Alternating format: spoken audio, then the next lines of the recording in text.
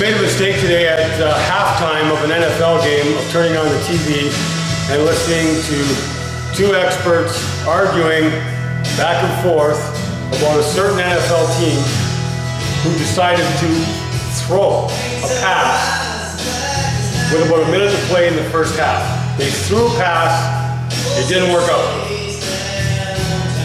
You got two guys who were arguing that was a good call because they passed really well. That's what got them where they are. The other guy was saying, no. And I'm going to quote the word aggressive. He kept saying aggressive. It was too aggressive of a call. They should have played it safe. Back and forth. Good call that they passed. The other guy, play it safe. It was a bad call. Here's my opinion about playing it safe. Every single time, early on in my coaching career, that we had a lead, every single time we had a lead, this was back in the mid-80s, every time I said, okay, let's play it safe, and let's try to run out the clock, and let's run the ball, bad things happen. You now change the mindset of your team when you say play it safe. The minute you say play it safe, here's what you've done. You've changed the mindset of the team from fearless to fearful. Guaranteed. Because the minute you say play it safe, run out the clock, you're asking them, you're pleading with them, please don't make any mistakes. And you've built up images in their head of all sorts of horror, mistakes, collapse. I'll give you an example.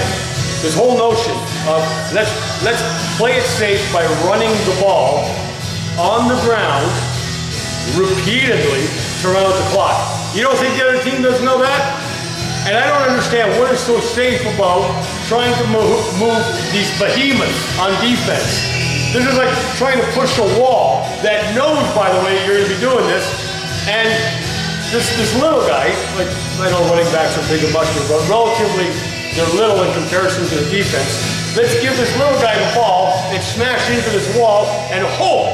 Let's hope that they can get a few yards to prolong the drive. Oh, and here's the better part. You're supposed to be proficient at passing in the NFL. You're supposed to be proficient. You're making millions of dollars. How do you call that high risk? See, here's my point. There is no such thing as playing it safe. You run the ball, there's no safety to that. Passing the ball, if you don't block for your quarterback, that's unsafe. This whole argument of that was an aggressive call. No, it wasn't an aggressive call. It's like the other guy said. Passing is what got that particular team to their success at this particular point in the season. Plus, what's forgotten is when you run the ball, especially to play it safe, and the whole stadium knows that you're going to run the ball to play it safe, there's consequences to running the ball. Fumble, injury, losing yards, and then having to punt the ball and giving it to the other team so they can move downfield and score. So my whole point of this is playing it safe. Playing it safe, in my experience in coaching, the minute you tell players, play it safe, you've now changed the mindset. Instead of them playing fearlessly, they are now playing fearfully. You've instilled fear into them, and nothing good will happen. That's what I stand by. In other words, what got you here, keep doing it. And if you, for some reason, are unsuccessful, you got no one to blame. Not the call. It wasn't the call. It wasn't the aggressive call. It's because you didn't execute properly. You decided to lay off performance. As soon as you lay off performance, you get garbage performance.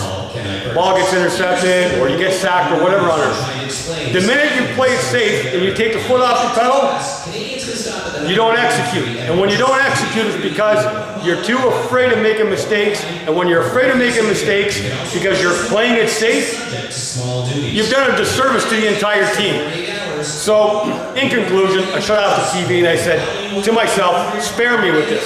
Spare me, because here we go again. We're teaching a whole culture of football fans and future football players and current high school players and little league players that there's some rule etched in stone that we have to play it safe at the end of a half or play it safe at the end of a game. Visit our store or check out a more in-depth explanation To be continued. on our website.